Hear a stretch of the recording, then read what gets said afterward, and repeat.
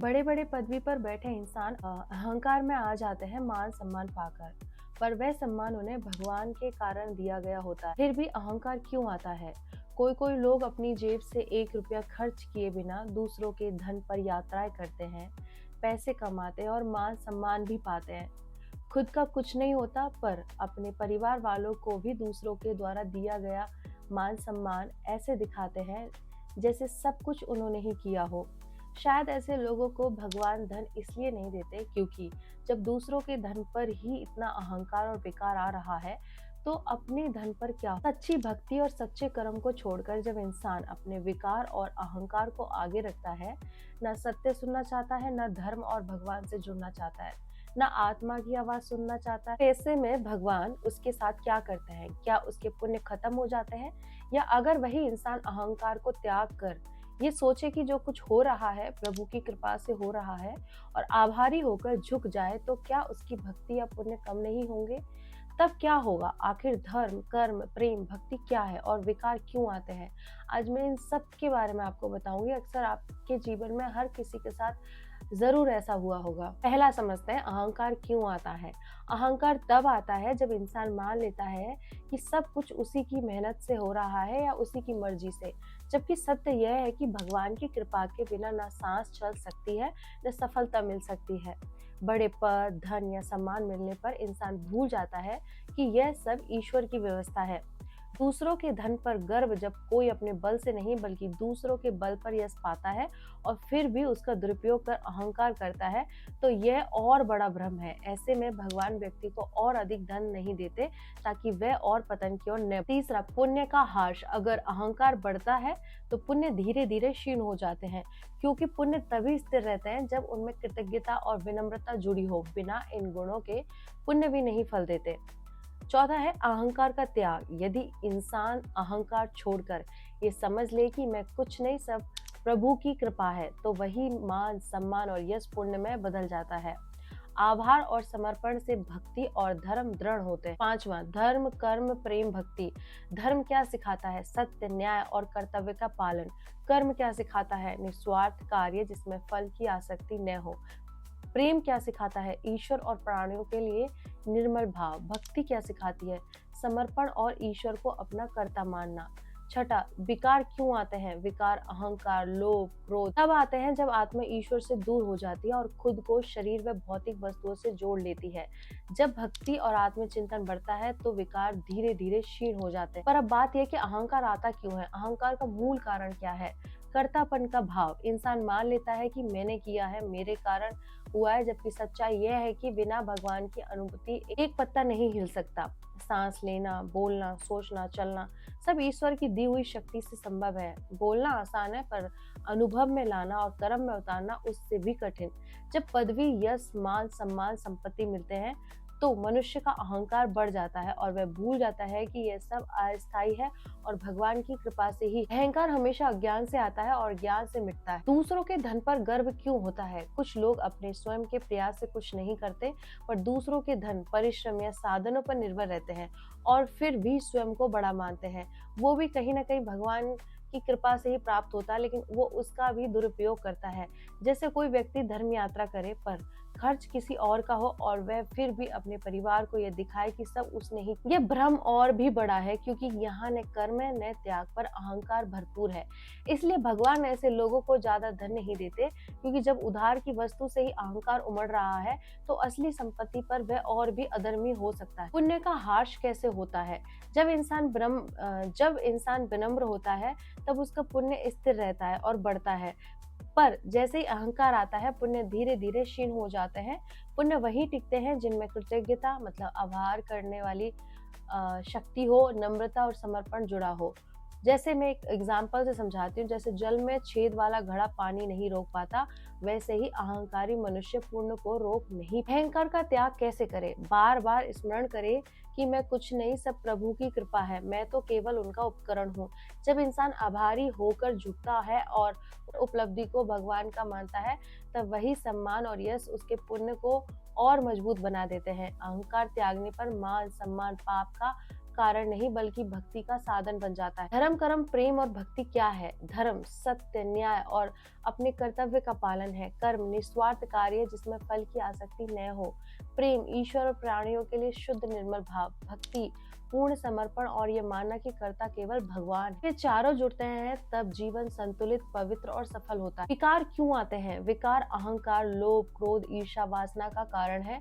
जब आत्मा खुद को शरीर और भौतिक वस्तुओं से जोड़ लेती है तो मनुष्य असत्य की ओर खिंचता है।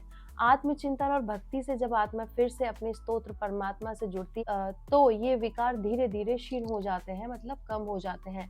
विकार का नाश केवल ज्ञान, ध्यान और भक्ति से होता है और किसी से। अहंकार पुण्य को नष्ट करता है, विनम्रता पुण्य को स्थिर और बढ़ाती है।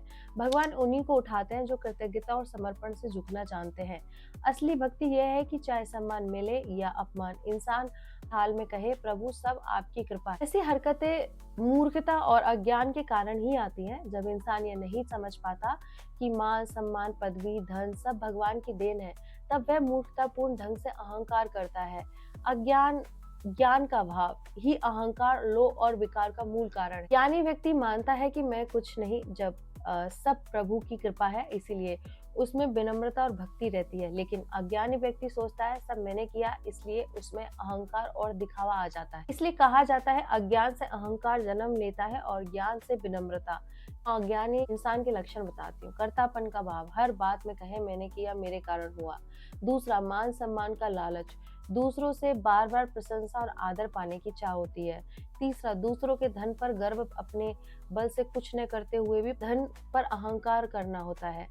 चौथा, सत्य सुनने की क्षमता नहीं होती, सही बात कह दे तो तुरंत क्रोध करना या विरोध करने लग जाना। पांचवा, धर्म और भक्ति से दूरी, पूजा, प्रार्थना या आत्मचिंतन को महत्व न देना। छठा, विकारों का प्रभाव, लोभ, ईर्ष्या, क्रोध, दिखावा, आलस्य का बढ़ जाना। सातवां, कृतज्ञता का अभाव, कभी धन्यवाद या ईश्वर की कृपा न कहना, सबको अपना हक मान। आठवां, परिवार व समाज में दिखावा, दूसरों द्वारा मिले सम्मान को अपने परिश्रम की कमाई। अस्थिर मन, हर समय चिंता, असंतोष और दूसरों से तुलना करना। 10वां, विनम्रता की कमी, झुकने में शर्म और दूसरों को छोटा दिखाने की आदत। ऐसे लोगों के अंदर शांति नहीं रहती क्योंकि अहंकार और अज्ञान हमेशा बेचैनी और असंतोष पैदा करते हैं। विनम्र और भक्ति भाव वाला व्यक्ति इन लक्षणों से बिल्कुल विपरीत होता है। तो विनम्र और भक्त इंसान के लक्षण भी बताती हूँ। ऐसे इंसान जब कोई अनेक विकारों, अहंकार, लोभ, क्रोध, ईर्ष्या, कामना, ऐसे विकारों की ओर ध्यान दिलाता है तो वे कभी सच स्वीकार नहीं करते, बल्कि वे अपने दोष छुपाने और दूसरों को नीचा दिखाने के लिए तरह तरह की बातें बोलते हैं। ऐसे इंसान की बातें जब कोई विकार पर चर्चा करे, दूसरों पर दोष डालना, गलती मेरी नहीं तुम्हारी है, अब सब तुम्हारे जैसे लोग ही गलत देखते हैं, औचित्य साबित करना, मैंने गुस्सा किया तो क्या, सामने वाले ने तो मुझे मजबूर किया, पर सामने वाला आपको अपने विकार बता रहा है, उसने कोई खुन्नस नहीं निकाली है। थोड़ा लोभ तो हर किसी में होता है, इसमें गलत क्या है। अपनी छवि बचाना, मैं तो बहुत धार्मिक हूँ, मुझ में कोई विकार नहीं, लोग मुझसे जलते हैं इसलिए मेरी बुराई करते हैं। दूसरे की कमजोरी गिनाना, पहले अपनी गलतियां देखो फिर मेरी बात करो, तुम भी तो गुस्सा करते हो, मुझसे क्यों समझा रहे हो। तो इस तरह की बातें होने लगती। धर्म का दिखावा करना, मैं रोज पूजा करता हूँ, मेरे अंदर विकार कैसे हो सकते हैं, इतने लोग मेरा सम्मान करते हैं, इसका मतलब मैं सही हूँ। सही नहीं होता। यदि आपके बारे में कोई विकारों के बारे में चर्चा करे या बताए, आपका हित ही उन्हें मानना चाहिए। उसमें ताने और व्यंग जैसे तुम्हें तो हर किसी में बुराई दिखती है, तुम्हें बड़े ज्ञानी बने फिरते हो, ये सब बातें आप रिपीट में और सामने वाले को बोलोगे तो ये आपकी ही प्रवृत्ति बताएंगे कि आप किस कैटेगरी के हैं।